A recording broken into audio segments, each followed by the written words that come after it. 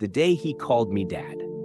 I always imagined my life ending in a quiet room, my breath fading with dignity, and my last thoughts wrapped in peace. But as I sit here in this too-white hospital bed, with machines whispering rhythms and tubes running like veins outside my body, peace is the one thing I can't find. There's something unfinished. Something I left too broken, too ignored, too painful to face for far too long. My son. I haven't seen Ethan in 14 years. 14 years of silence, missed birthdays, and unopened letters. 14 years since the last time he looked me in the eye and said, "I hate you." And I deserved it. Chapter 1. The photograph.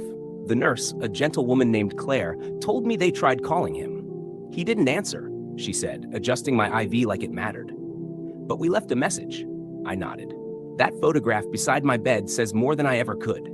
It's Ethan, age 6, sitting on my shoulders at the county fair. He's holding cotton candy, and I'm laughing. I don't remember what was so funny. I only remember that moment being the last time we were truly happy."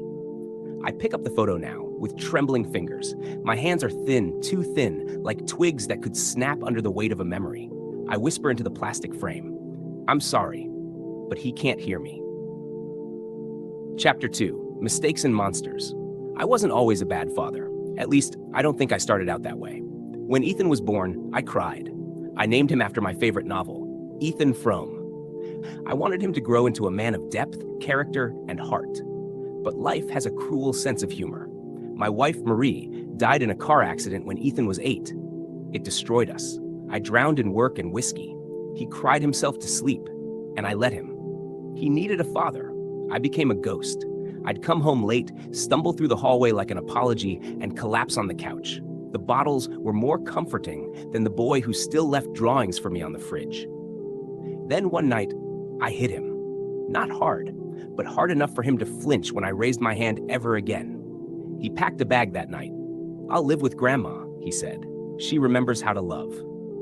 I didn't stop him. Chapter 3. Letters I Never Sent. I wrote to him every year on his birthday. I never sent a single one. They sit in a shoebox beneath this bed, labeled, "To Ethan, when I'm brave enough." The first letter was full of apologies. The second, full of pride. I saw a photo of him online winning a science fair. The third was me begging him to forgive me. The rest, just shadows. Now I wonder if he'll ever read them. If they'll matter at all, because time has a way of stealing more than just years. It steals chances. Chapter 4. Claire's Call. 3 days after the doctor said the word terminal, Claire came into my room holding her phone. "He picked up," she said, smiling gently. "He said he'd think about coming." That word, think, hung in the air like a verdict. Would you visit a man who broke your childhood? I wouldn't. Chapter 5. The Visitor. The door opened on a Thursday. I remember because that morning I prayed. First time in 30 years. My prayer was simple. Just let him walk through that door. And he did. Older, taller, stronger than I remembered. His hair was darker now, and his jaw had that hardened look of someone who had learned to rely only on himself. "Hey," he said, standing awkwardly. I cried. "I didn't know if you'd come," I whispered. "I almost didn't," he replied, sitting in the chair beside me. "But Claire said you were dying." "I am." Silence. Then he asked, "Why now?" "Because dying makes cowards honest." Chapter 6. Unpacking Silence. We spoke for hours, or maybe minutes. Time didn't behave like it used to. I told him about the letters. He didn't believe me. "Show me," he said. So I did. He read the first one, and tears ran down his face. I tried to explain every apology, but he held up his hand. "I don't need you to talk," he said. "Just let me read." So I let him. Each letter was a breadcrumb through the forest of our brokenness. And for once, I think he saw the man I tried to be beneath the wreckage of the one I became. Chapter 7. The Call That Changed Him. Ethan stayed the night. He slept in the chair beside my bed like he was guarding something precious.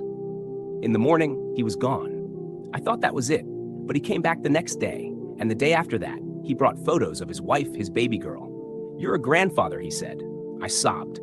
Then he did something I never thought I'd hear again. He called me Dad. Chapter 8. The Night I Laughed Again. We watched an old baseball game together on a Tuesday. I hated baseball, but Ethan loved it. He told me about his job, teaching engineering at a college in Oregon. I smiled. "Your mom would be proud," I said. "And you?" he asked. always. That night, we laughed at something stupid on TV. I don't even remember what, but I hadn't laughed in years, and he hadn't either. It felt like grace. Chapter 9. The Pain Comes Quietly. I woke up in pain 3 days later. The doctor said it wouldn't be long now. Ethan held my hand. "I forgive you," he whispered. "I want you to know that." I squeezed his hand. It was all I could do. Chapter 10. The Last Sunrise. On the morning I was supposed to die, I saw the sunrise, pink, gold, and soft like a lullaby. Ethan stood by the window. "You remember the fair?" I asked. He nodded. "The cotton candy?" "And your laugh," I said. "You told me I could be anything," he replied. "You were right," I whispered. "You became everything." I closed my eyes. Epilogue. His voice, my name. I didn't die that morning. I died that night, but not alone. Ethan was reading the last letter aloud when I slipped away. It ended like this: "If you ever call me Dad again, even once, I'll know I didn't fail completely." He finished reading. He looked up. "Good night, Dad." Thank you for reading The Day He Called Me Dad. If this story touched your heart, consider sharing it with someone who might be holding on to guilt, grief, silence. Sometimes, all it takes is one brave word to heal years of hurt.